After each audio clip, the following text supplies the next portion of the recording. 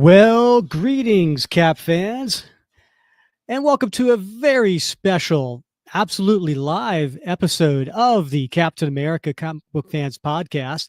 This is episode 228, and I'm your host. My name's Rick Verbanis. I've got a co-host. He's the best gosh darn one out there. His name is Bob Lucius. Oh, Bob, you may be Captain America, but you're not Steve Rogers. I love it, Rick. That's a great kickoff to the show, and thank you for pointing that obvious fact out. Yeah, absolutely. Bob, good to see you. Welcome to the live show. All right, I'm feeling live, buddy.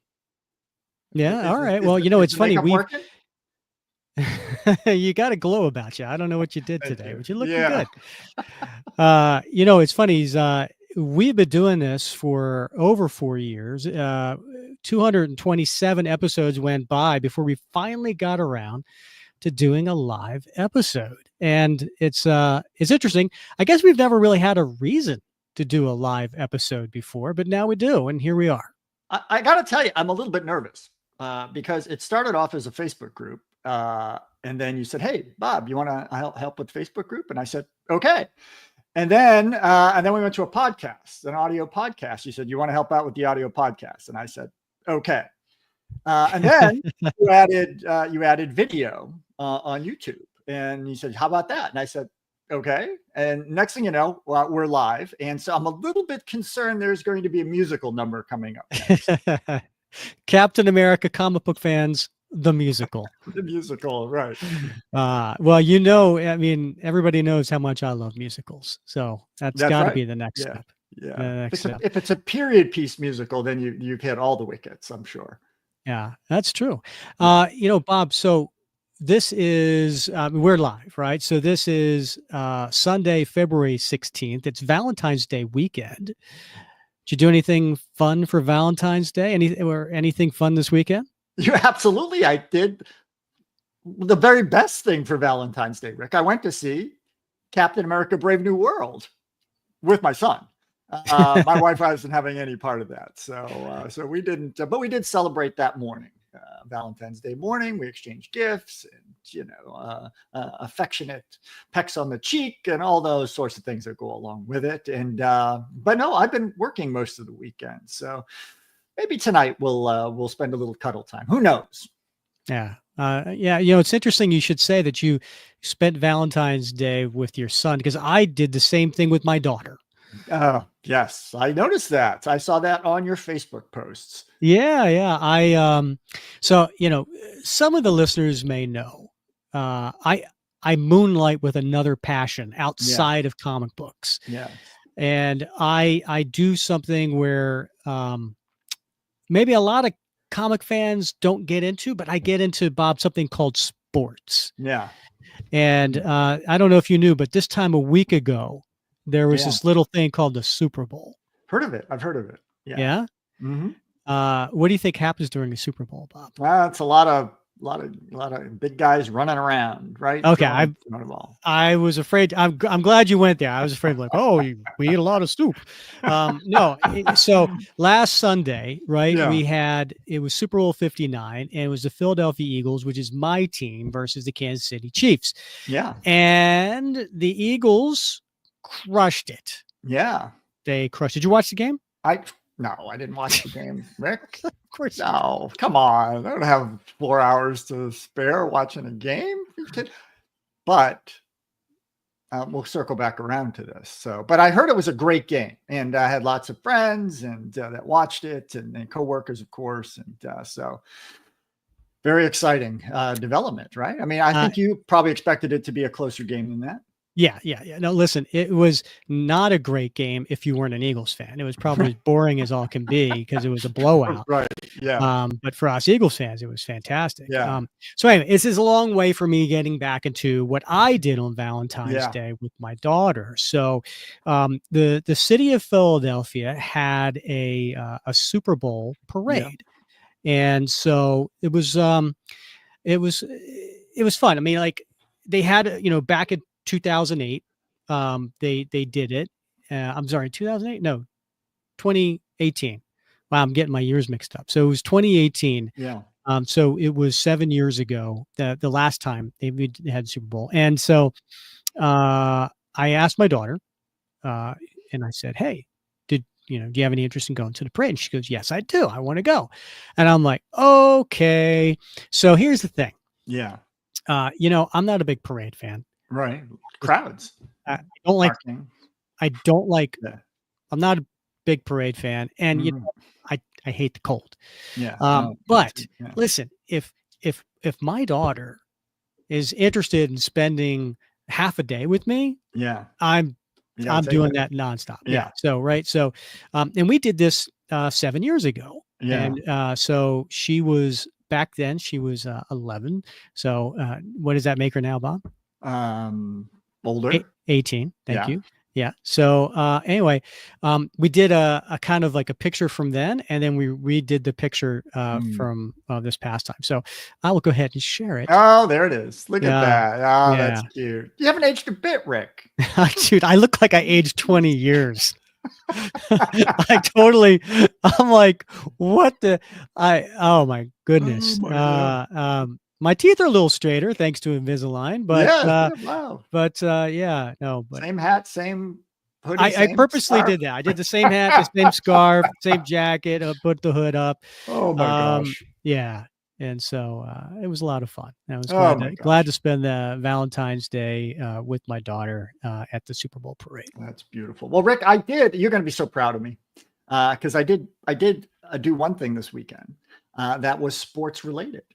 So I went to see the Savannah Bananas last night. They're on their world tour, and they were playing who are they playing? The Party Animals in Fort Myers at JetBlue Stadium, where the Red Sox do their spring training. So the Fenway South. So Casey, my wife, had a former work colleague who lives up in Washington, D.C., and his wife were down here, and they are big fans of the Savannah Bananas and are VIPs. And so they had several tickets. So they invited us to go. And I have to say, I like baseball. I will go watch a baseball game. I won't watch it on TV, but I if I get a chance to go watch it at, watch it for real, I will go. And those guys were pretty amazing. I was surprised at the level of athleticism by those folks. Because you got to be, this guys who are professional athletes, you're top notch, but guys who can like do that and like do tricks on top of that. Yeah. Shocking to some of the things that they were able to do in a game. So a lot of fun, very family friendly. Well, I'm glad you went outside of your comfort zone and it did some things outside. So hopefully Casey had a good time at least. Rick, get this. I did the wave twice. Did someone have to teach you what that meant? Yeah. They're like, well, do the wave. And I was like, hey. No. Just do what everyone else is doing. Okay. See, I can be taught. I'm an old dog, but I can still learn. Very cool. Very cool. So we do have a lot of people filing into the chats. Wow, it's hard for me to kind of keep up with all of this, but thank you everybody out there for chiming in. We do appreciate it. Especially, I think half the people are here just to see watch me embarrass myself live because this is the first time doing this. So I know usually they only get to witness that in recording. You edit out most of the ridiculous stuff. I do. It's the power of editing that it comes in very nicely. Not that you would know much. We're getting a lot of affirmation there on that from the peanut gallery. So. We appreciate that. And you know what? A lot of these people that are in the chat are loyal supporters of the show and have been for a very long time. And so shout out to everybody out there who supports the show. We're again, hard to believe, Bob, but we're up to 228 episodes. And it's amazing to me that we have this really strong community that is focused around Captain America comic books, obviously, but also just about what I think the message behind what CAP stands for, and that we all bring that together. And so we have this wonderful community in our Facebook group where people can go in there and share and talk about what they enjoy. And we took it to the next level with the podcast 4 years ago, and I just we couldn't do without the support of our community. That's absolutely right, and they're just great people, right? And we love to have them on the show. And I got to say, Rick, I've been married to my wife now for a while. Yeah, a long time, and you're the second longest relationship I've been in. So I've been in probably more dates with you than I have. So it's been a great ride. I know. Well, listen, thank you to Casey for allowing us to do this on. We do really record on Tuesday nights, and we're doing this on a Sunday night. So I feel like very, very fortunate. So I do want to also do a shout out to the supporters of the show. So we actually have people who have signed up to be supporters of the show. And, because of that, they get perks. And one of the perks is, the challenge coin, right? Is the what would CAP do challenge coin.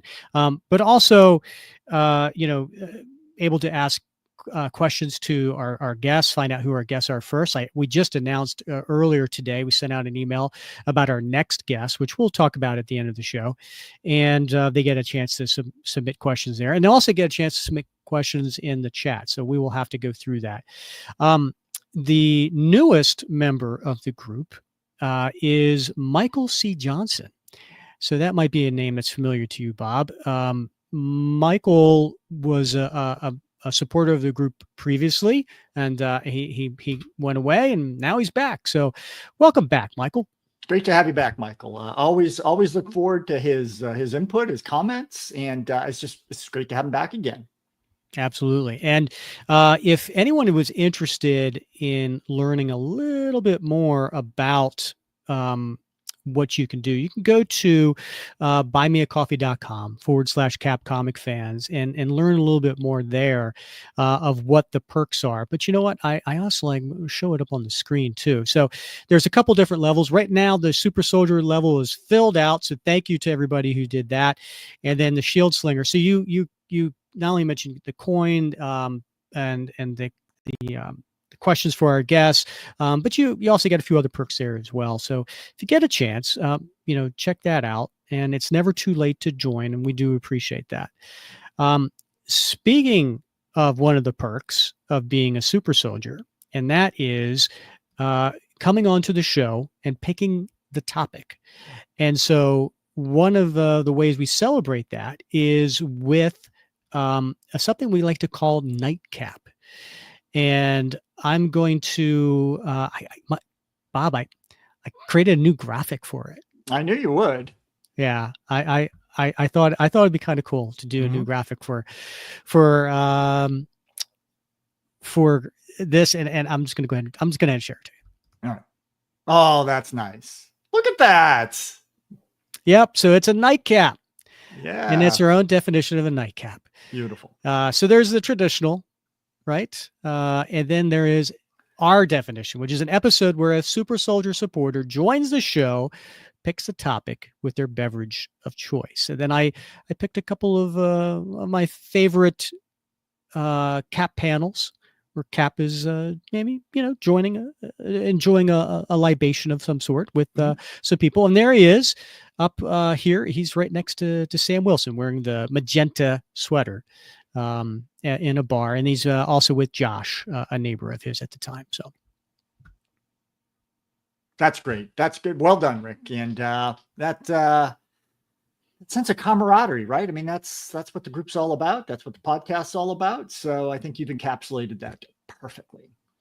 Well, that being said, we should probably let our guest of honor out of the green room. What do you think? Yeah, absolutely. I've been looking forward to this. All right. Well, welcome to the stage, one Mr. Aaron. Hi, Aaron. How are you? It's good to see you. Hey, good to be seen. How you doing, Rick? How you doing, Bob? All right. Yeah. So Aaron has been a longtime supporter of the show. He's actually been part of the Facebook group since November of 2021. And then he's been a supporter of the podcast for about 3 years. And recently he went from being a shield slinger to a super soldier. And so here we are bringing him on for a nightcap. Hey, Aaron. Hey, Rick. Hey, Bob. Keep slinging. Hey. How y'all doing? Doing all right. So Aaron, what are you drinking? What's your beverage of choice for the show? So we're talking about the Sam Wilson Cap movie. So Steve is Sentinel of Liberty. Steve is symbol of truth. So I looked up and I said symbol of truth, the Truth Imperial IPA. Nice. The Truth. Yeah. Yeah. Very cool. Could even have been an Isaiah Bradley bottle there, right? Nice. Been a real surly bottle with Isaiah's temperament. Yeah. Bob, what about you? What are you drinking tonight? Well, Rick, I was going to pick up an extra can of banana beer last night at the Savannah Banana game and try to spirit that home, but it decided to go with Moxie. So you know the story behind Moxie. My mom used to drink this, but I think of when I think of Moxie, which is sort of like, grit and verve, and sort of have a can-do attitude. I think of Sam Wilson as Captain America, right? Because he's got Moxie. He's got integrity, he's got compassion, but he's got Moxie, and it's the stuff of champions. So. How about yourself? I am drinking from my Captain America Corksicle, which has the sticker on, and this is my typical, Bob. It's you could say it's a red, white, and blue drink because it is some Grey Goose with a splash of cranberry and a whole lot of seltzer to make it bubbly. So it's quite refreshing. Nice. And I'm sticking just to one tonight. Oh, okay. Yeah. It's a school night. Indeed. You know what? I'm just checking the chats, and man, there's a lot of people in there. Hi, everybody. It's good to see you. In fact, I think I accidentally deleted a chat, a message from my son. My son actually was like, "Hi, Dad," and I saw think that. I think I deleted it by mistake. So hey, Hayden, thanks for chiming in. Hayden is, I want to say, maybe in Tennessee right now. He's on his third tour. I'm very proud of my son. He's an actor, as you know, and he is touring as the character Blippi in a Blippi musical, and this is on his third tour, and he just left this week. So we were supposed to go see the Cap movie together. We had it on a date, and then unfortunately, a couple days early, he had to leave for his rehearsal. So the curtain waits for no man, Rick, or the stage, or whatever. I don't know. One of those things. Yeah. So, yes. All right. So, Aaron, tell us a little bit about how you got into Captain America. So been reading comics for a while, but what got me into it was actually Winter Soldier film. And then I was more of a Spider-Man, X-Men person growing up. Watching the movie, I know that Brubaker's run was the source material for Bucky. So I started reading that run, started getting hooked on it. And then when I came back stateside, because I'm active duty, I found an LCS around the same time I found the podcast with the Mark White episode. And just reading that book, I started looking at the notes and I started reading those back issues. And then that's what got me into reading Cap. Kind of like, learning history through Cap, through different writers throughout all the years, 80s, 90s, up to the present runs right now. And so it was the movie that got you into it? Yeah, the movie got me into it. So like with this movie, it's kind of like coming full circle for me. I took my son to watch it, even though he's not really a Cap person. He's more of a Peanuts comic book type of reader. But, he's not going to turn down a burger and some popcorn. He's like, hey, let's go, man. So. Very cool. And how old's your son? He's 17. 17. Hey, Mhm. listen, again, you spend any time with a teenager. That's a special thing right there. So, what about your son? Has he shared any of it since then? Like, has he been like, oh, no, that's my dad thing. I'm not into it. I got the stamp proof from his mother because my son, he's of my three kids, he's more reserved. Uh-huh. You know, he's the stoic, Bucky Barnes stoic type, right? Well, so she came and said, he enjoyed that movie. I was like, he said he enjoyed the movie? Wow, that's okay. So that's like high praise. Right. It's like, Yeah. how's the movie? It's straight. But then that means like excellent in teenage terms. Yeah, right. So, yeah. So Oh, that's great. yeah. I would have been like, cool, that's nifty, or whatever the term is nowadays. I don't know. Hey, Yeah. You know, it's funny, Aaron. I took my son to see the Cap movie the other night, and when we got home, I texted him, you know, because he goes to bed like, you know, he had to stay out like an hour and a half past his bedtime to go see this movie because he's usually in bed by 8. So I text him, "Hey, thanks for going with me," right? And he wrote me back like, "Thanks for paying." You know, so but you know, when we came out of the movie theater, I said, "What'd you think?" And he's like, "Man, that was awesome. I really like that." And you know, my son's reserved too, and he doesn't really get into the Marvel things, but I think there's a little bit of magic there, right? Because he went in with no expectations, and he just watched the movie for what it was, and he came out, you know, having thoroughly enjoyed it, and that's a secret for all of us sometimes, right? Is to suspend the expectations and just enjoy something for what it is. yeah, my son still called out some stuff. He was like, hey, Dad, your guy broke the sound barrier. I was like, look, man, it's a movie. I don't need you to break down science. Okay? Maybe the vibranium weave absorb that. Just let me live, okay? You know what I'm saying? Yeah. Oh, Yeah. that's great. So, Aaron, what as far as comics are concerned, do you have a favorite creative team that you've read since, I guess, whatever, the last 10, 12 years? So for Cap, because I'm, you know, in the group, I'm the self-professed Sam's biggest fan, right? The end of the Rick Remender run with the all-new Cap, it was Rick Remender and Stuart, forgive me, I'll butcher his name, Stuart Immonen, if I'm said that correctly, right? But I really enjoyed that run, even though, you know, it had 6 issues together. I really enjoyed that because he really kind of put to bed the Snap Wilson stuff, showed some Sam's background with his mom, dad, and his nephews, right?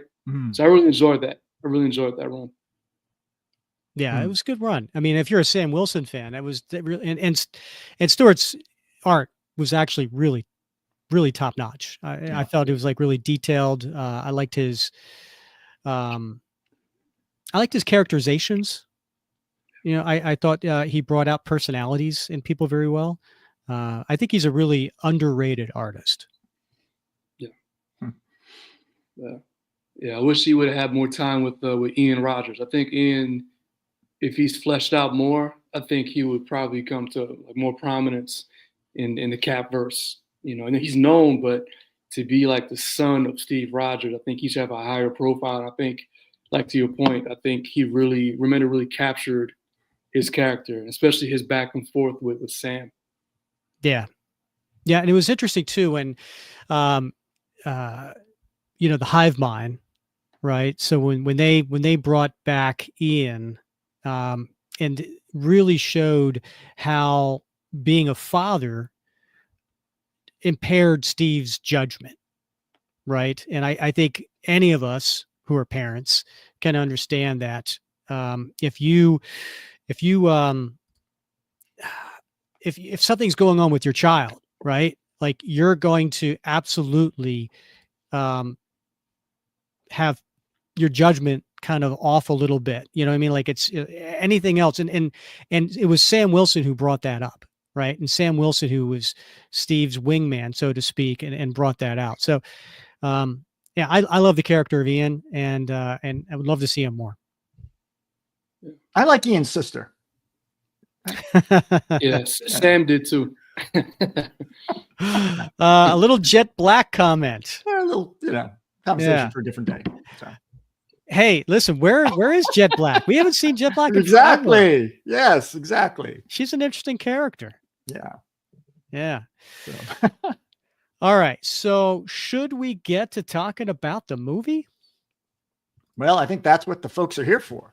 All right. So I'm just going to put this out there. So we're going to be showing a couple of the clips from the movie. So just for the purposes of a critique analysis. So all rights to the footage, of course, belong to Marvel Studios. And then I will also have, we're going to kind of talk in general terms in the beginning. But when we get to a point where it's going to be a little bit more explicit, I will put up the spoiler alert just for those who maybe haven't seen the movie and want to tune out. But for right now, we're going to kind of keep it general. So, Aaron, Bob, how excited were you for the movie? Like, what kind of prep did you do? Did you rewatch anything? For me, I didn't rewatch Winter Soldier. That was my favorite MCU and Cap movie. So I was really reading more of the different runs with Sam, just to see, hey, how would Anthony Mackie continue to like find his voice for Sam, and trying to read back issues about Surface Society. So that's what I did. I just kind of went more to the back issues and trying to see if I could find Easter eggs in prep time for the movie. Very cool. So you actually went back to the comics, not MCU. That was interesting. How about you, Bob? Well, Rick, if you know me, you know that I did zero prep. So, so as I said, I of course I've watched all those things previously. I've watched the Falcon and the Winter Soldier TV show a couple times previously, so I didn't really want to go back and visit that, even if I'd had the time.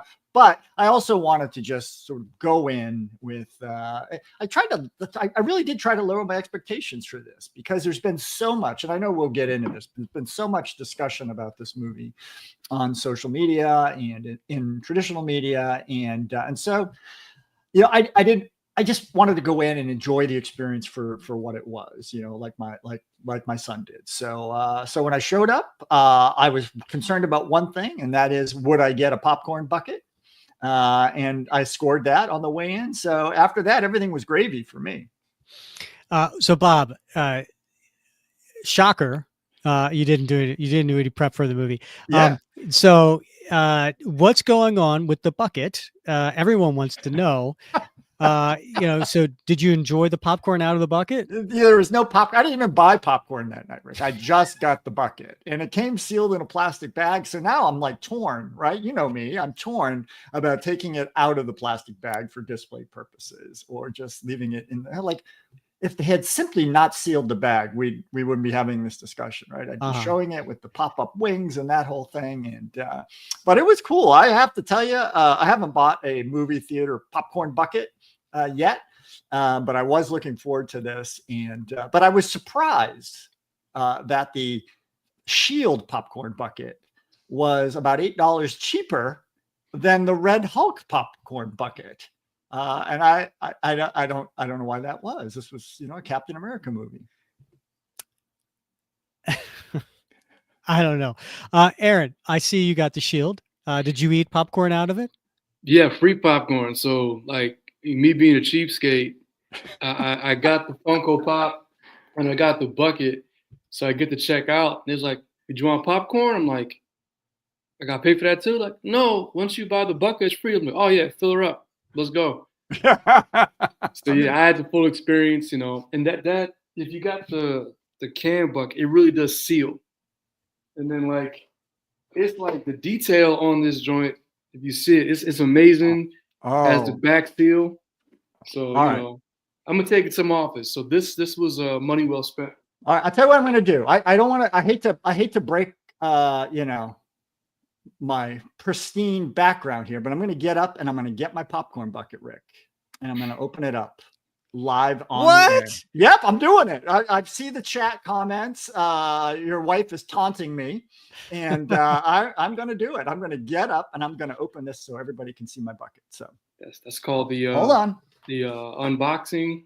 Yeah, we didn't realize this was going to be. I mean, listen, I knew this episode was going to be historic. in the fact that it was the first live one. I didn't know it was going to be historic in the in an actual opening. So this is, whew, all right. All right, here it goes. I knew Horizon for the podcast. This is it. Uh huh. I am officially tearing it open as we speak here. Oh, this is painful. This. Oh, I'm feeling this. All right, here we go. Popcorn bucket. Very nice. Wing 1. Wing 2. So here we go. Oh, Bob, very, very nice. In fact, I think we're going to have to give you a little bit of applause. So yeah, I paid what, $28 for a popcorn bucket without popcorn. So You could have gotten That's- free popcorn. That's I how didn't much it know that. cost. Yeah, I just swiped it. I was like, I just swiped it up. I ain't Yeah. want to. Yeah. Yeah. So thank you, Tom Boyd. Yeah. Thank you, Ash. Tom is saying I'm brave, and I appreciate that. It is indeed a Yeah. brave new world. Nice. Nice. It's once in a lifetime. All See right. what you did there. So I did a little prep myself, Yes, you did. and my wife and I, we actually rewatched Falcon and Winter Soldier miniseries, so all 6 episodes, and glad we did. But I don't think it was necessary. I really don't think it was necessary because it didn't really touch on that miniseries hardly at all. Yeah. What I wish I had done was rewatch the Incredible Hulk movie, because I haven't seen that since I think it came out. And what was that, like 10, 12 years, 15 years? I don't know. Yeah. 2008. Oh my goodness. Oh my gosh. All right. So 17 years ago, the movie came out. I don't think I've seen it in at least 15 years. I mean, I remember some of the characters, but I mean, it seems like that was, I think that would have been helpful. What do you guys think? Yeah, I mean, probably, right. I mean, to be more familiar with who the big baddie was and his origins. Yeah, absolutely. And Thaddeus Ross's, adversarial relationship. Yeah, absolutely. I think that would have probably been helpful for a lot of viewers if they hadn't been familiar with it. For my son, who's not an MCU guy, I found one of those 10, 15-minute recaps. And he looked at that and he was able to lock in and get to the movie without, having too much lag. So I think they did a good job of, letting the movie be like as a jumping on point in comic book terms for a lot of folks. Yeah, I agree with that. Yeah, those little recap, those 5, 10, 15-minute recaps are awesome, especially if it's like a series that you're streaming that has been like 2-3 years between seasons or something like that. Yeah, those are great. I should have totally done that for Incredible Hulk. You know what I wasn't going to do? I wasn't going to even do a recap for the what was it? I'm going to say the Elementals, the Inhumans. The Eternals. The Eternals. There you go. Yeah, whatever. One of those groups. Yeah. Yeah. I'm like, all right, that's all right. I remember there was something sticking out of the ocean at the end. That's good. That's all I need to remember from that movie. Right. And pretty much it's all you needed to remember from that movie. Yeah. It wasn't Feige. It was the other guy. He was like, that thing's been in the Indian Ocean for like 5 years. Eventually, we're going to have to talk about it. Yeah. So I was like, yeah, you might want to, So Yeah. they looped it in pretty nice. It's the celestial in the room. You can't. Yeah. Nice. Right. Nice. Yeah. And you know what? I'm really, really excited because in this movie, speaking of the celestial, right? In this movie, I finally learned how to say adamantium.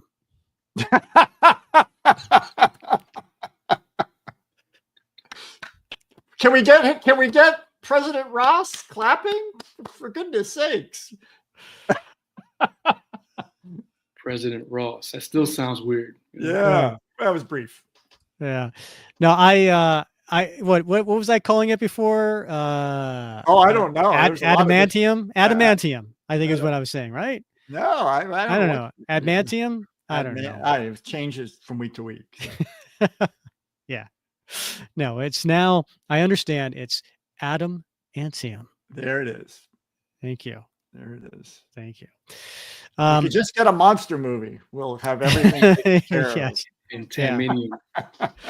All right. So, did you guys read any of the reviews beforehand? Because I'm one of those guys. I like to avoid the reviews. That's why I went and saw it Thursday night. I didn't want to have any spoilers. Did you read any reviews before seeing it? I saw some of the social media like reels, and I shut it off. And for me, it just felt like I was reading the first 3 issues of the Nick Spencer Sam Cap. It was like he was like a Simpsons fortune teller. So I was like, you know what? I've seen this movie before. I'm just gonna go watch it. Yeah. So. Yeah. Same here. Same here. I generally don't read reviews because I don't really need them. It's not going to change my opinion whether I go see it or not. So I might as well just wait and go see it for myself and try to go in with an open mind. So yeah. I do like to watch the trailers, and in this case, I hate to say it, but I think they might have given away too much in trailers. Yeah. Totally. But reviews, nah, no time for that. Yeah. Yeah. I mean, I was kind of getting annoyed by all the online stuff the months leading up to the movie, right? It just seemed like there are so many people out there that hated this movie before seeing it. And, part of it is, I think there's people who aren't just happy with the MCU post Endgame. Right. And so anything that comes out is going to be automatically bad unless it has Deadpool and Wolverine in it. Yeah. And so you have those, right? Then you have the people who just hate the fact that Sam Wilson took over as Captain America, right? Just because, nope, there's only one Captain America and we don't want to have another Captain America. And those are the same people who complain about the comics. So it's not just MCU related. Yeah. And then you got the people who just don't like Sam Wilson for other reasons. Right. And so I just was over it and way ahead of time. And just, I wanted to go and watch the movie so that I can enjoy it and give my own thoughts. Yeah. Yeah. I do think, look, Marvel has come out with every year. I don't know how many titles Marvel comes out with every year, right? Not every one of those titles is, one of the, what do they call that? The headline, act. Right. And I think, how many movies did you say we got? 35, something like that. This is from what I've read, this is the 34th MCU movie. Right. And so not including any of the shows. Yeah, I think not including the shows. So I think we can expect that, look, there's going to be a spectrum of preferences, and people are going to be happy in different ways with different movies, just like they are with every title that comes out every year. And some are going to be, Endgame, and some are not. Some are going to be in the middle. And I think we can be grateful that, like, hey, these are, as Marvel fans, I'm grateful for everything that they give me, because it makes me a kid again. So just be open about it, enjoy it for what it is, and move on to the next one. Yeah, I mean, listen, any of the 34 MCU movies is going to be so much better than what I saw in the 70s and 80s. Exactly. Yes. Yeah. It's a circuit of riches, man, I'm drowning in happiness. Look at me. All right. So let's talk about the cast. Let's talk about the cast of this. Were there any call outs or surprises from the cast? We knew who the cast was going to be. We knew who the characters were going to be. Were there any surprises or call outs for the performances? For me, I thought that Joaquin would have been annoying. I was expecting him like really get on my nerves, but he was a partner's sidekick in a good annoying kind of way, Right. Yeah. So I was surprised more that he actually for me, pleasant surprise. He brought something to the movie And yeah, he was a good partner / sidekick for Sam. I feel like you were just describing Rick and me. You know, I feel wait, like wait a minute, who's who? it's not important, Rick, but yeah. You know, I liked Joaquin Torres. I think Danny Ramirez did a great job on that character. I do wish there was a little more backstory. I didn't feel like we got enough in the Falcon and the Winter Soldier. I would have liked to have seen him have a little more character development, but you know, we got only so much time in a movie. And so I'm hopeful that will come, because I do think he's an interesting character in the books. And I think he has the potential to be a really interesting character on the big screen.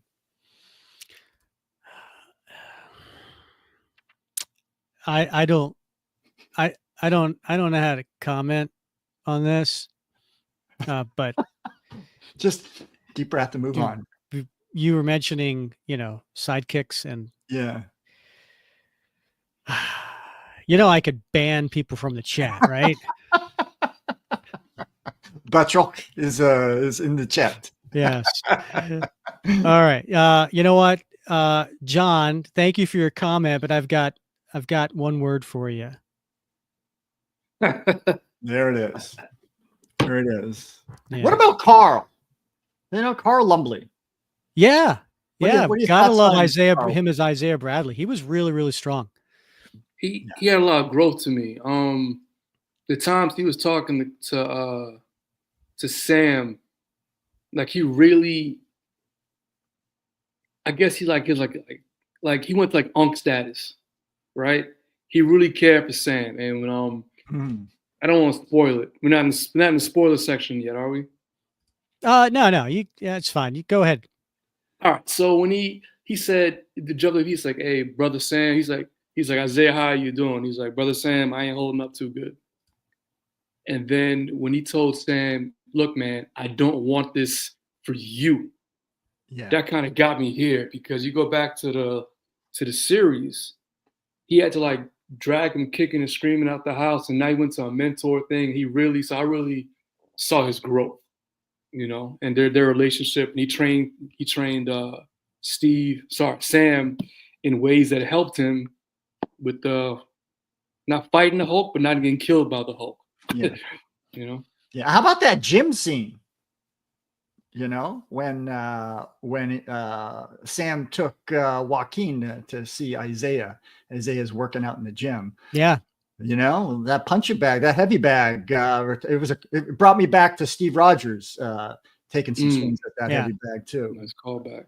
Yeah. I mean, and Joaquin, I think, was doing you know, a good part of just being kind of that younger, you know, slightly irreverent, less respect, you know, for the older generation, thinking he's going to go kick some butt, and Isaiah just takes the one punch on the bag, and it's like, oh, okay. Yeah. And then he was like, "Oh snap! Hold up! You're the, what do you call them? The lost or forgotten Cap." He went to fanboy mode once he realized, like, "Hold up! You're the Isaiah Bradley." And then he went back to being annoying, but he still was like, "Oh wow, you're that guy," you know. Mm-hmm. Yeah. Anybody else stand out to you, Rick?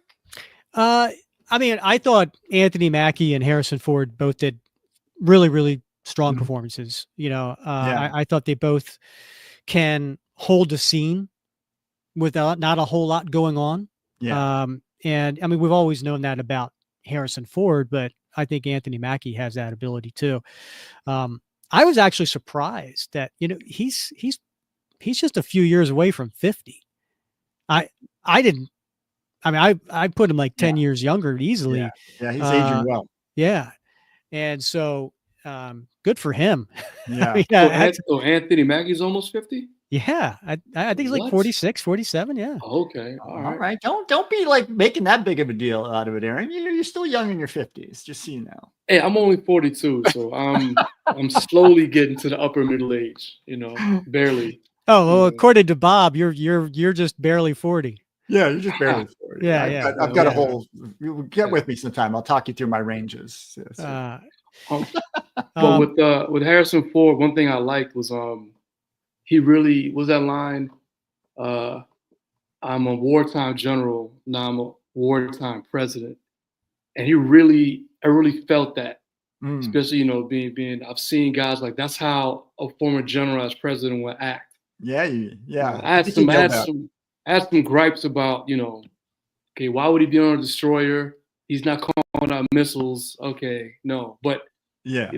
that's pulling strings. But he really did command the scene and not take it away from Anthony Mackie, even though he is Harrison Ford / Jack Ryan / Indiana Jones / Han Solo, everything. So How kudos about to this? him. Well, hold on. I will get back to that line. Uh-huh. I thought, I really thought because of his military background, he would have said a wartime president. He would have said a wartime commander in chief. Seemed Nice. like he would have kind of pulled that, a little bit, just to kind of throw a little extra, right? Because there's one thing to say you're the president, there's another thing to say you're commander in chief, especially in front of military, right? I just don't think it rolls off the tongue. It's the balance, right? The warrior general, wartime president, sort of two words each. Or I think commander in chief is. But yeah, I see what you're saying. It makes sense in a real world, but I think it was going for the poetry of the moment more than anything. I thought Giancarlo Esposito was fantastic, and sinister. As Sidewinder, yeah. He and from what I've read, a lot of that was in some of the reshoots that came afterwards, and we'll talk about that in a little bit too. But yeah, he talk about a guy who can just have presence on a screen. Yeah, he is. His magnetism. It's like you can't take your eyes off him when he's on the screen. So. He came in in that church. He was very menacing. Like if he kind of gave me first Heath Ledger, what's the other guy, Bane type of vibes, because he took that knife and he didn't care that it was a nun and a father. He just bowed it, man. I'm kind of mad at Marvel. Anthony Mackie has that line, like, cut the check, and he's joking, the pressers. Marvel should have really cut the check and given Esposito more screen time. Like, yo, man, that guy is top talent. Cut the check and give him, more screen time, especially as a main bad, Yeah.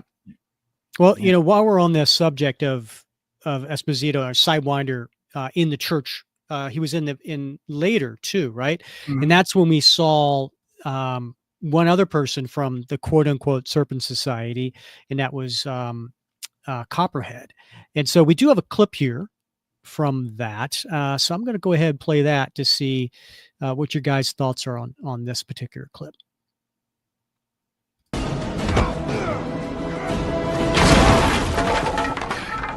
Not that hard. I heard your rib go. You need a minute? Nope. Let's get this over with. I got shit to do today.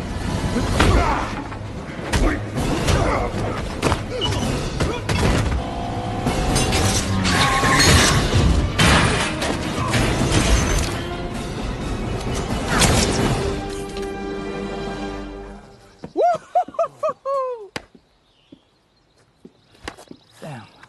Nobody saw that. No one. Sam, package is secured.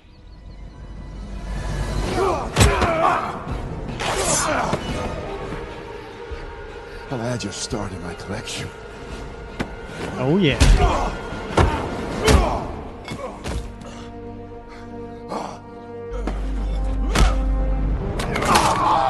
Need a minute? Ooh. That's a working man's cap right there. That's what I thought. Holy cow. Yeah.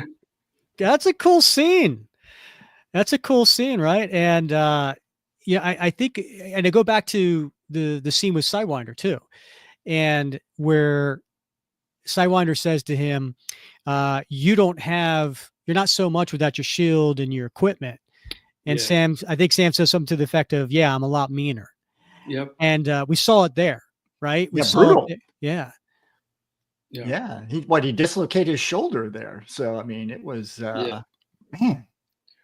When I saw that trailer though, I went to the comments and some people were like, there's Sam getting nerfed again.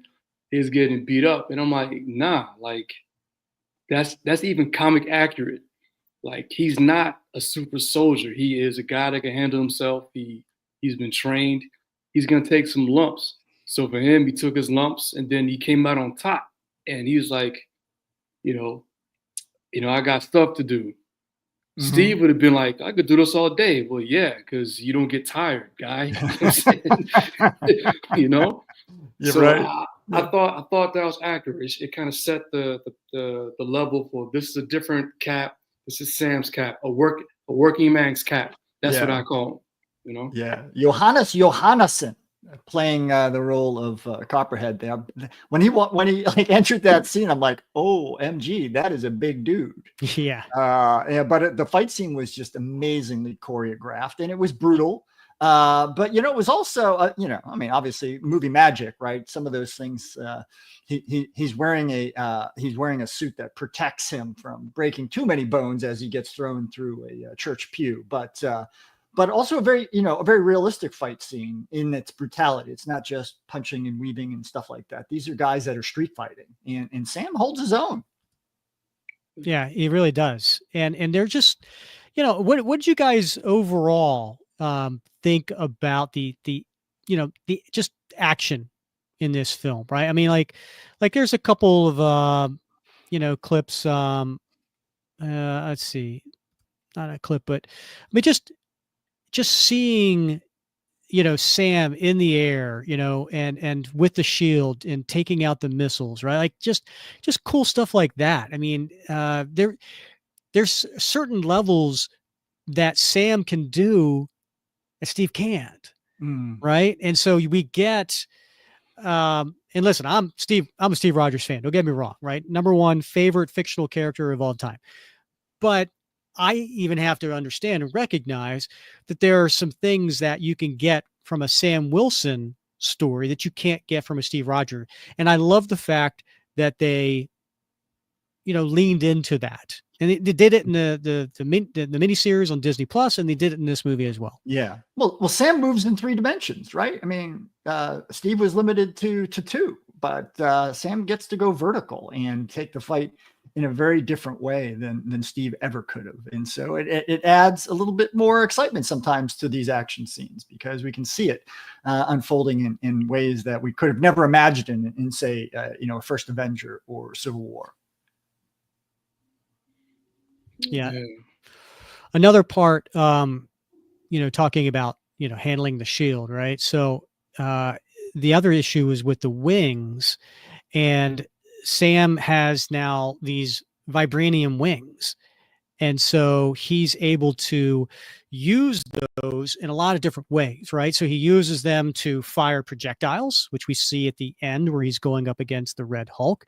And then we also see him using it as a shield. Now we saw that in the miniseries, but now it's showing that he can like absorb things, with the shield. So, it's just, you see it up close here in the wings, right? That there is the vibranium there that helps impact when a missile is coming at him. Yeah. Well, he's able to do more than that though, Rick, right? Because he can absorb that kinetic energy, but then he can discharge it at will. And we see him, we see that glowing purplish, light emanating from those wings. And then he just turns around and discharges it toward, his adversaries. That's a really neat feature that we haven't really seen before. Yeah, very, very much so.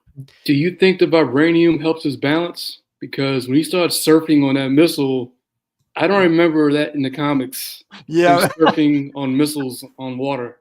That was I don't know how that one worked. It seemed like there'd be a lot of friction there going on, and yeah. Cool.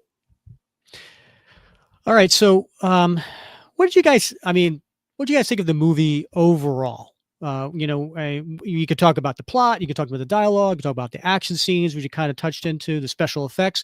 Any overall thoughts of the movie? Aaron, you go first. Well, I saw it twice. My first run at it, I gave it 7.5 B-.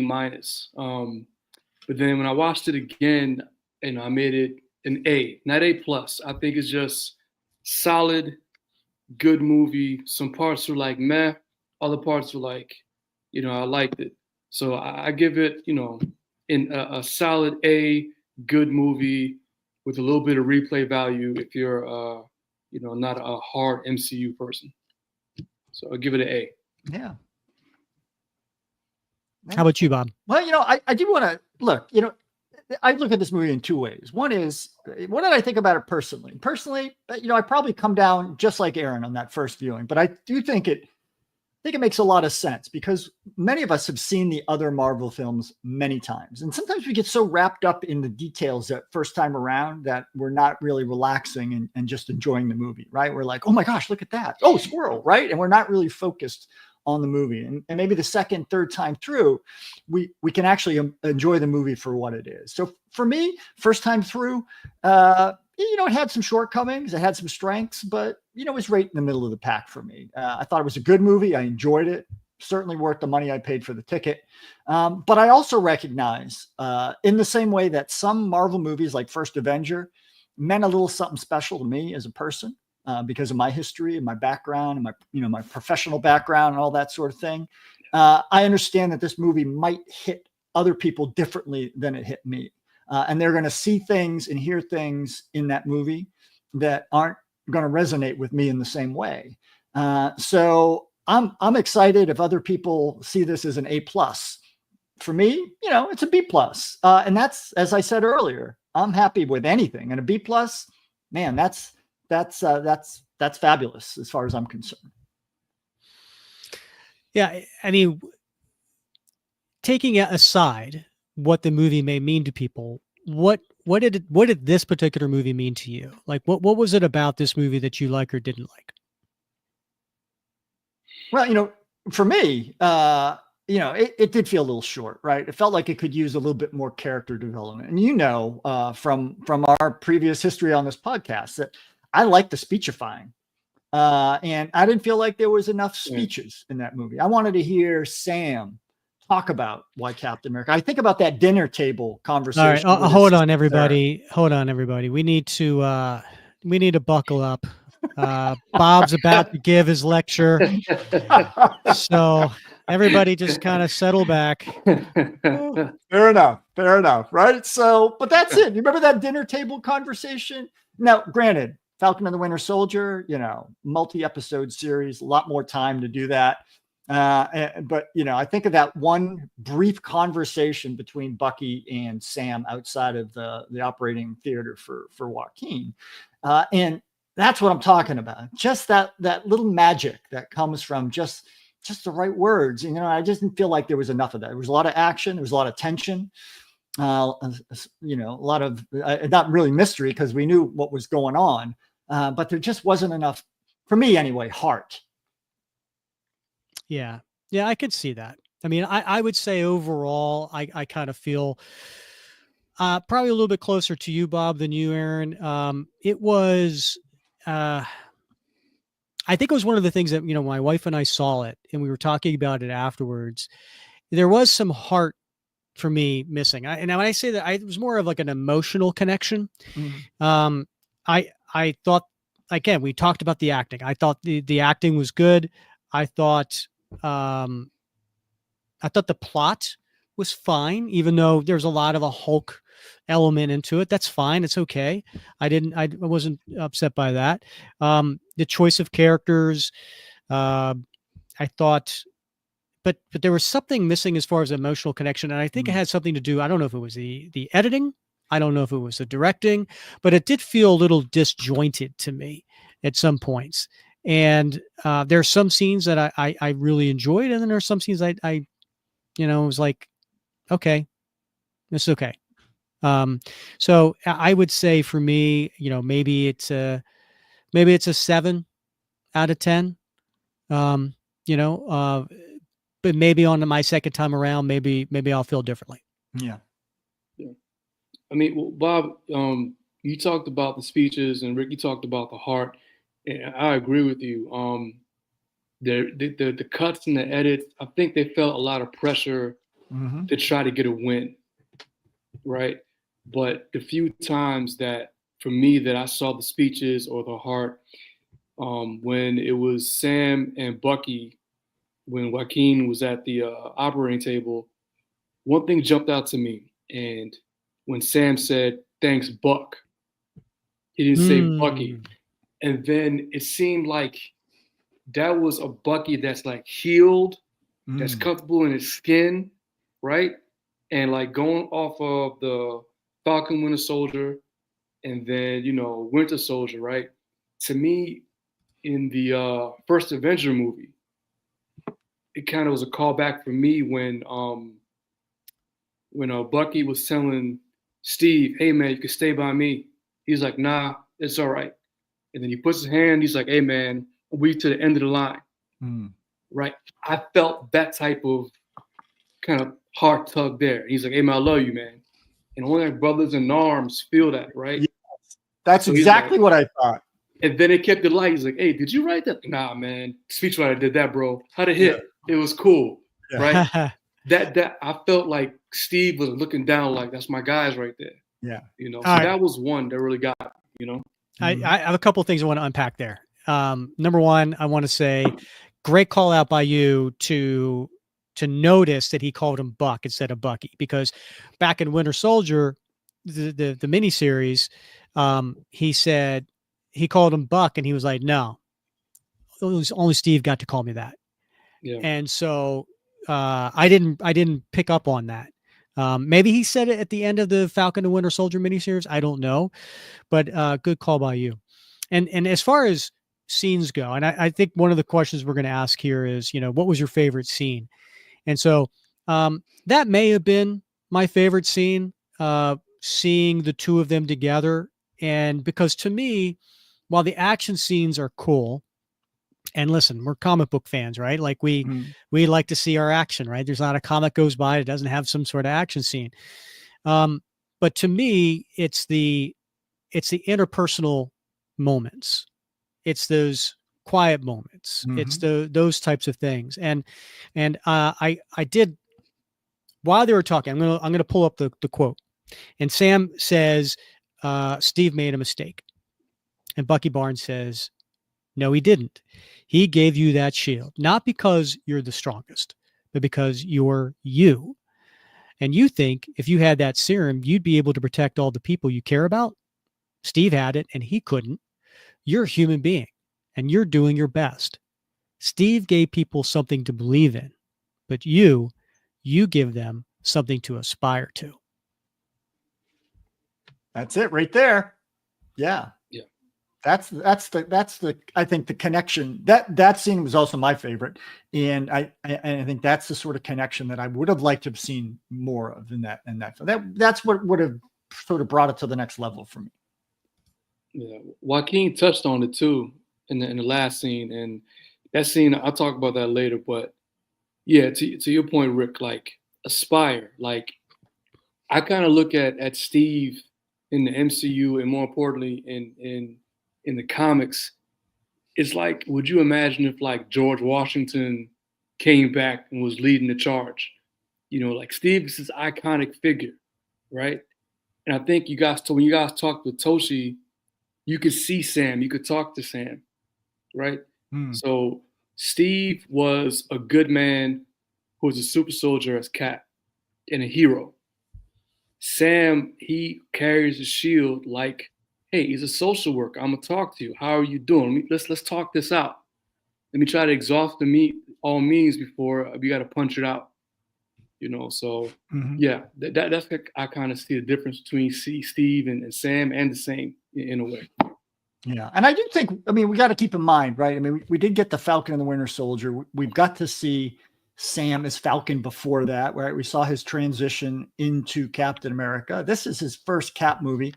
He's still a character in transition. And so I do think we got to be a little patient because we're going to see more of him. He's going to grow into that role. And we're just along for the ride at this point. You know what, Bob? You know what I say to that?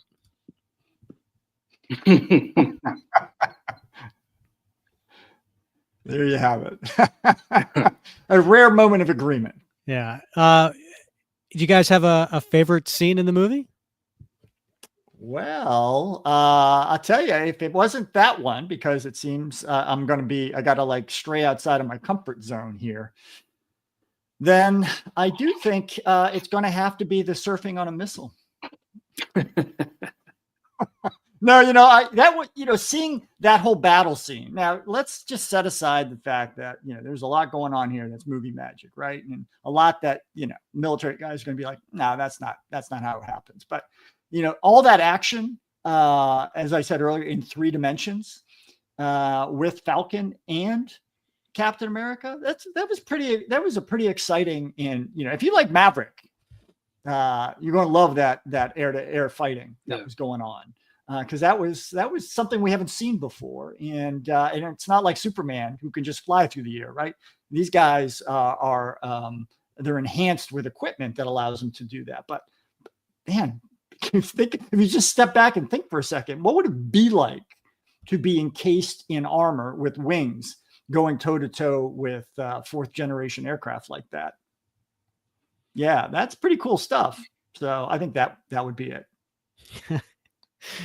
Mark Domeyer wants to know, can you CGI Bob surfing on a missile? Oh, goodness. I'll do that. I used to be a missile guy, by the way, Mark, just so you know. But surface to air missiles. So, yeah, a lot harder to surf. You always fall back. So. Okay. Yeah. Aaron, did you give your favorite scene yet? No, I didn't. Mine's different. It goes, I'm like Bob, I'm a speech guy, maybe because vets, we like the good speech. But for me, it was the last speech when Sam was talking to Joaquin. And I even talked to my son about it on the drive home. And that speech, it really got me in the feels because he covered so many things to me. And I think Bob, you said it earlier, he's like, some things, it might hit you differently on different layers, right? Yeah. So for me, him talking about the weight he felt, that could be, hey, if you are the second person in your family in the military and, you're carrying on the family tradition, the family name, that's a weight, Mm-hmm. If you're the first of whatever, if you're the first female leadership, if you're, the first Black person to be in this role, you kind of feel like, hey, I don't want to mess this up because I want to do well. I want to carry tradition, and I want to make sure that I don't mess it up for the people coming behind me. So for me, it's like that really hit me. Even looking at reading, I did my prep work, quote unquote, reading. I was reading all the runs, but there was one scene, and it wasn't in a Cap book. It was in the All New Avengers, and Mark Waid wrote it. And sorry if I'm too long, man, but in the scene, Sam saved his family flying up through a cab, and he saved them. And he comes down, and they're like, "Oh man, time for a photo op." And these 3 girls come out with the Girl Scout cookies. They're like, "Well, who are you gonna buy the cookies from?"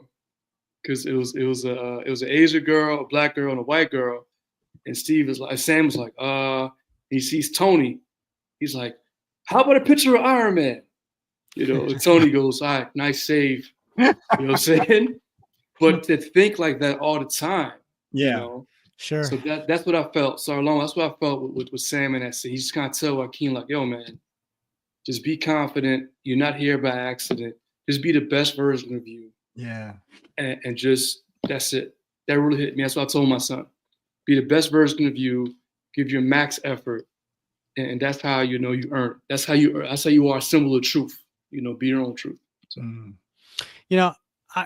Aaron, I'm so glad you took us through that. Because, I like to think of myself as someone who tries to look at things from other people's perspective, but that last scene kind of was a hit and miss with me. Like I didn't feel like it was a good way to end the movie.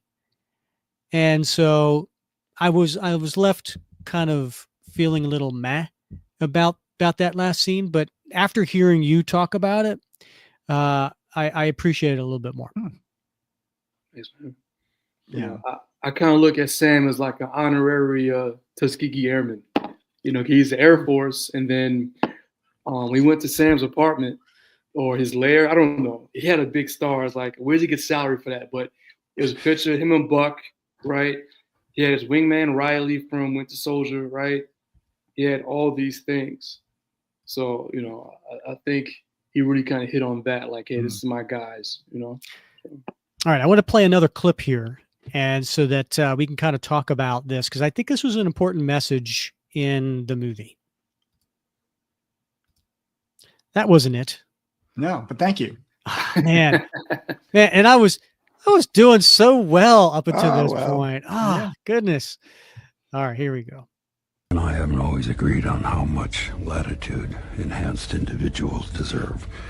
But what you've accomplished has given me reason to reconsider. Which is why I want you, Captain America, to help me rebuild the Avengers. The Avengers? Yes, sir. Oh, with all due respect, sir, when you passed the Sokovia Accords, you tore the Avengers apart. Why the change of heart? I represent all Americans now. Hell, half of them wouldn't even be here without the Avengers. Oh, snap. The country needs this. And when we disagree on how to manage a situation, what happens then? Figure it out together. Uh-huh. All right. So a lot to unpack there. Aaron, you're shaking your head. No, tell us why. I hated that scene. And that's how Why? I know it was a great scene. Because, okay, the last time Thunderbolt Ross talked to a Captain America, Cap said, well, I'm not asking for permission, and I'm done. I forgot the line.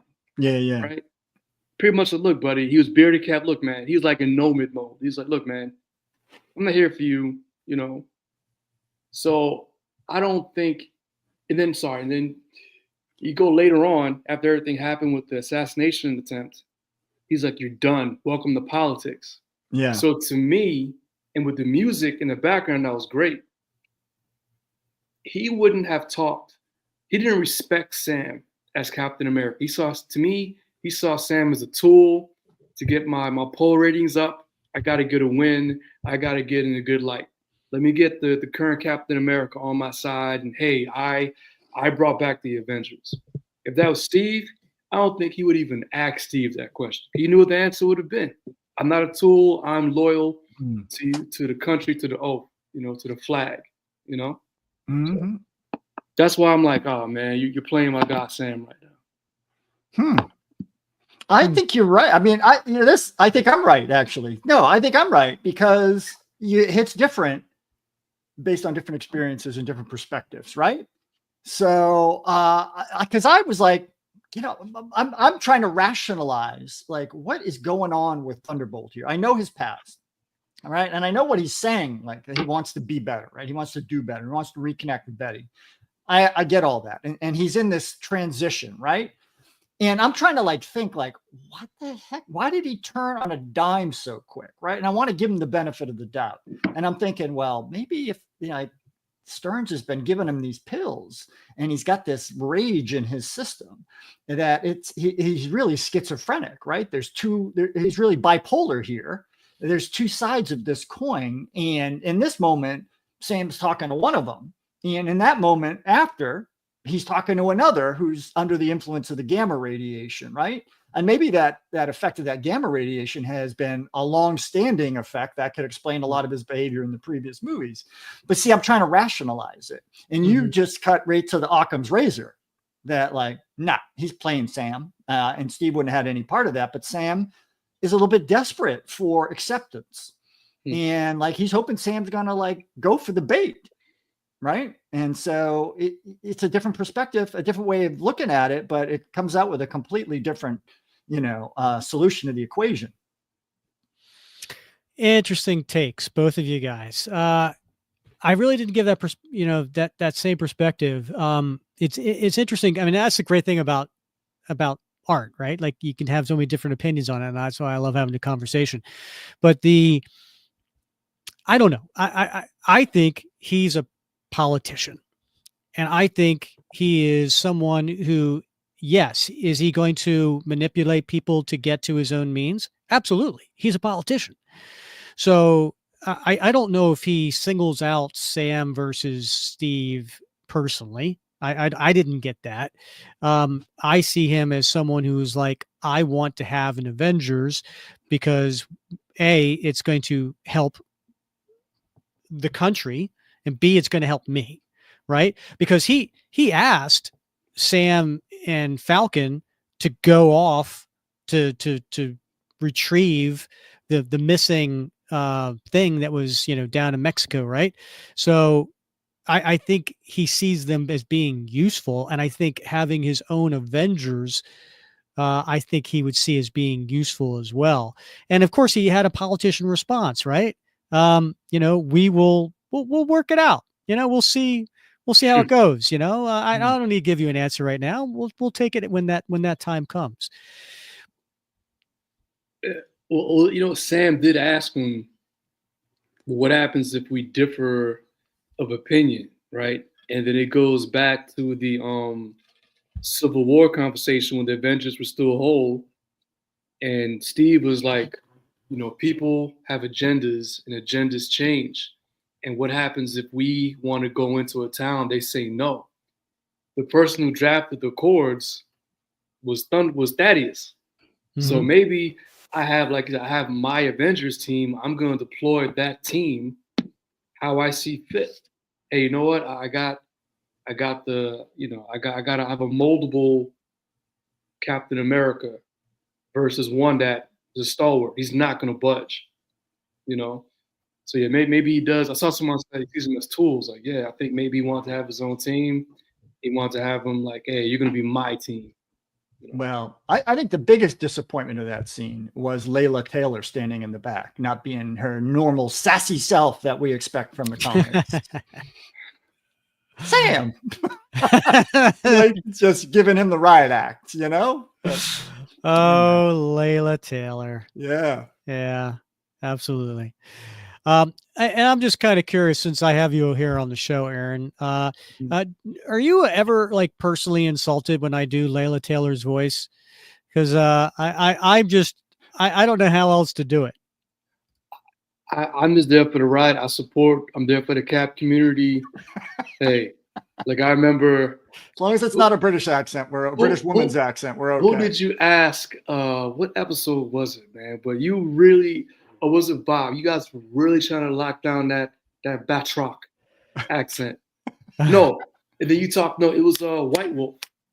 Oh, White Wolf. Oh yeah, that was horrible. Yeah, absolutely horrible. I remember. I think you like as an Afrikaner, like you're trying to, I give you grace, man. The passion is there. Thank you. That's all that matters. Thank you. I appreciate that very much so. So anyway, all right. So let's get to where do we rank this Captain America amongst the 4 Captain America MCU movies? Aaron, you go first. Rank the 4 movies in your opinion. They're in order of release for me. First Avenger, Winter Soldier, Civil War, and then this one. The only reason why I don't put Winter Soldier above First Avengers, because that one had the heart, the set piece, and then, Haley Atwell, Peggy. I'm not moving off that. Yeah. Right? So, and then I don't consider Civil War a real Cap movie. I think it's like Cap's Avenger movie, but that's my thing. I got it as number 4 in the Cap movie releases. All right, Bob, how about you? Yeah, I'm the same. I mean, the first Avenger is definitely first for me because we waited so long for the Cap movie to finally hit the silver screen in a meaningful way that really covered the origin story in the way that we're all familiar with, and we got to see the Red Skull. So how could that not be first, right? And then of course Winter Soldier, right? We get to see Bucky come back, and that was a really it was an intense movie. But it had a lot of heart to it, a lot of emotion in that movie with those two reconnecting. And so, Civil War for the same reason Aaron mentioned, and that leaves Brave New World fourth. But just because it's fourth doesn't mean I don't still love it. And I'm not going to see it a bunch of times. And I bet I'll love it even more the more familiar I get with it. How about you, Rick?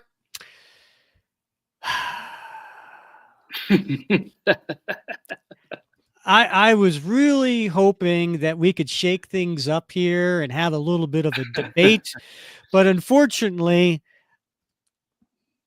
Boom. I'm gonna have to agree with you guys. Great minds think alike. I'm going First Avenger. I mean, listen, I could say Winter Soldier, because it really just was a really well done movie, and it's really up there. To me, it's definitely one of the best MCU movies, perhaps the best in some cases.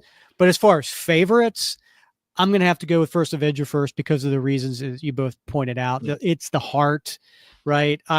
With being Steve Rogers, my favorite fictional character of all time, to see a whole movie devoted to the heart of Steve Rogers and the spirit behind Captain America, that was really, really important to me. But then to see Winter Soldier and see him still struggling in today's time, seeing Peggy Carter, as elderly, seeing Bucky Barnes turned into the Winter Soldier. Oh, hold on. Sorry, I forgot to flash spoiler alert.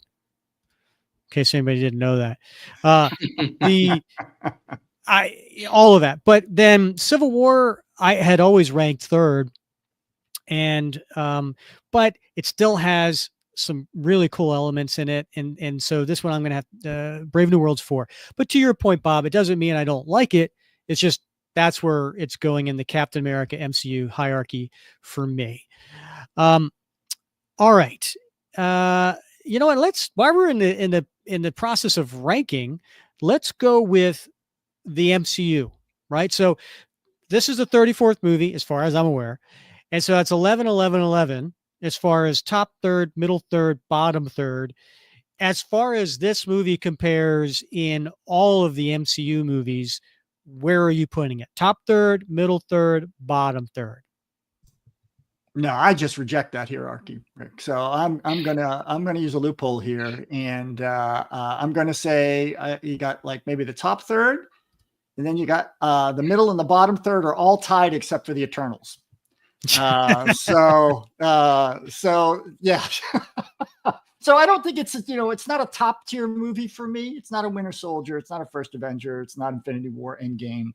But it's right there in the middle of the pack, I think. And like I said, it hits differently for everybody. And for me, it's going to hit differently at different times, just like some of the other MCU movies does. I mean, I've seen the Black Widow movie now, I don't know how many times. And the more I watch it, the more I like it.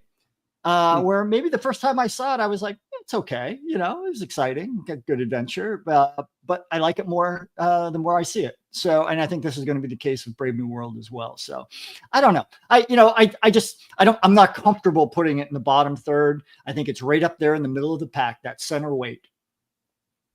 Okay. All right. Fair enough, Aaron. How about you? Where are you putting it? And unlike Bob, we're going to stick with 1/3, 1/3, 1/3. Yeah, Bob likes to grow that middle as far as possible because that makes him middle 50s right now. He can grow that middle part, just like my body. I'm growing the middle part. Aaron. Yeah, it's little John Walker in him right there. Like, I'm gonna do what I want to do. Yeah, that's it. So I give it top third. Really? Fantastic. The bottom, not top third, the top of the bottom third. Excuse me, if I'm saying that correctly. So number one of the third tier. That makes sense? 3 tiers, right? Yeah. Number one. Tiers? I'm sorry, where is it? So you said you had 3 tiers, right? Like, yeah. All right. So the third tier, the top of the third tier, like the best C student. That's okay. what I give it. Yeah. So of the bottom third, it's the best of the bottom third. Yes. Okay. You. Right. And the reason being is because it is just solid. It's good. Yeah. Like, Steve gets the reference. I'm trying to get another reference, right? If this was a comic, if I went to the LCS and I grabbed this comic, if it's a run, this is like a good filler issue, Okay. right? Sure. I'll bag and board it, and then if I want to read it again, I'll read it on the app. That's it, And that's even my bias as a Steve, as a Sam Cap guy, right? I got my replay value off it the 2 times in there for the experience, but I'm a bag and board it, and then I'll revisit it another time. Well, I'm not going to watch it once a month like Winter Soldier. Well, here you go. Here you go. Just like the comics, though, right? I mean, we've all been there when we picked up the Second Secret Empire, or maybe Volume 7, Rick Remender's run, where man, it just didn't land right. Or even Truth, Red, White, and Black, right? Didn't land right the first time, but you go back and you read it again, and you're like, oh, you see something completely different. So I think this might be one of those that lands in that category. All right, fair enough. I'm going to put it, Aaron, I hate to say it. I think I agree 100% with you. I think it's at the top of the bottom third. Just because, there's so many choices out there, right? I come back to the editing and the directing. I just feel like it was disjointed. I don't know how many times I have to see it for that to go away. Again, plot, I'm fine with. Acting, I'm fine with. Overall story, dialogue, I'm fine with, but there was something about the way it moved and so on that in some places, not all the places, in some places that still is kind of some rough edges for me. I don't know if that will smooth out with future ones. We'll see, but I do plan on watching it again, especially when it comes to Disney Plus. Yeah, it's just solid. I think I go back to the previous movies in the MCU, like Quantumania had a high. So was it the Doctor Strange? The second Doctor Strange movie had a lot of hype. I had high hopes for that, and it missed. Right, the Eternals, that they put a lot. I'm like, all right, this is Kirby. Let's do right by Kirby. Whew. Nah, right. Quantumania, I thought Kang was going to be amazing, and then so there's so much pressure. Kang. I liked Kang. I thought I thought the actor was really good, actually. Yeah, he was good. Then everything happened, right? Paul Rudd is a Rudd. Rudd, yeah. Yeah, he was great. He ate up scene. He was good. Was it Kirk Douglas? And he's still making his way. He made his way into Brave New World, right? Not of course by not his face, but man, they kept mentioning Ant-Man. Yeah. So, he's a best-selling author in the MCU. That's right. Yeah, I have his book. It's very good. That's true. Yeah. I love you, Spider-Man. Yeah. So, it's just solid, good palate cleanser. And I think for most of us, hey, they could build off this. And I think that's like a solid filler. Hey, I'll go to LCS and I'll pick up the second issue and see if I want to read the whole arc. Yeah, you're right. It's a stepping stone for sure. I love the analogy, Aaron. I love the analogy as far as where it falls into a comic book story. So excellent there. All right. Well, that is our review of Captain America: Brave New World. So we want to, I guess, kind of talk a little bit about what's coming up in future episodes. And before I do, I do want to point out, Bob, there's a lot of talk in the chat about us doing a musical. So I don't know. We may have to think about this. I know it is an intriguing prospect. I mean, I've heard you sing, and you can certainly hold a tune. I haven't heard Aaron yet, but I've heard myself, and it's unfortunate. Epic fail. Yeah, John already pointed out no Elvis. Oh, maybe there could be like I could do a little dance or something, with the music. We'll have to take a look at that. Yeah. But coming up in the next 2 episodes, as I promised before, we do have an interview coming up, so we'll mention that now. But next episode, 229, come back because we're going to do a recap of the Patriot miniseries. So this was written by Carl Kessel, art by Mitch Breitweiser, and this came out in 2010, and it was a period story that takes place in the 40s and 50s and looks at Jeff Mace, who took over as Captain America.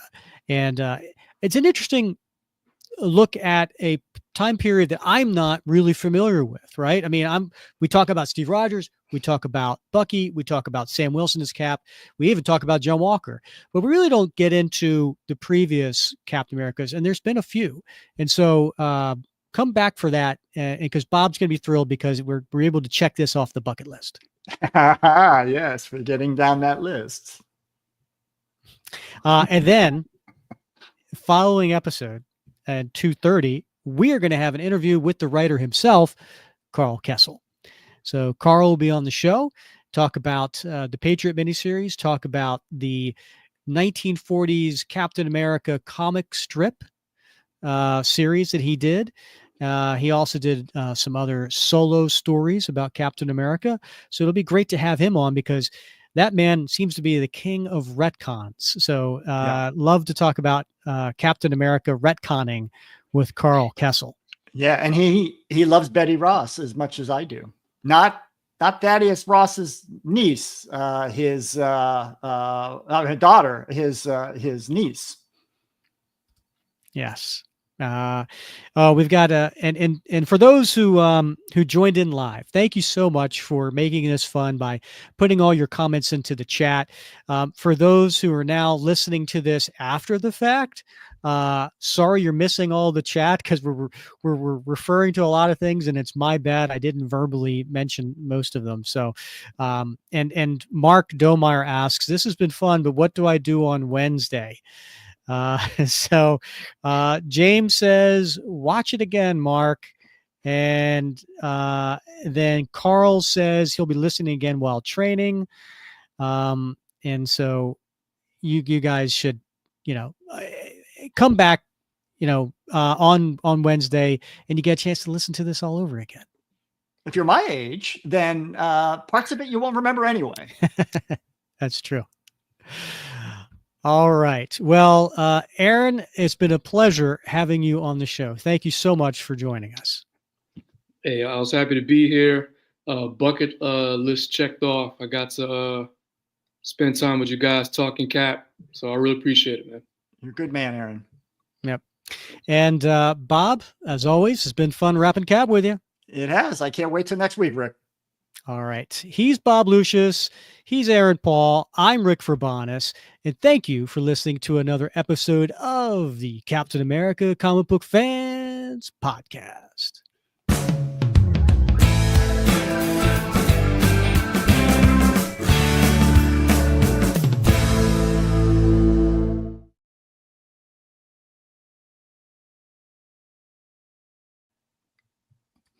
Hey, I had a great time.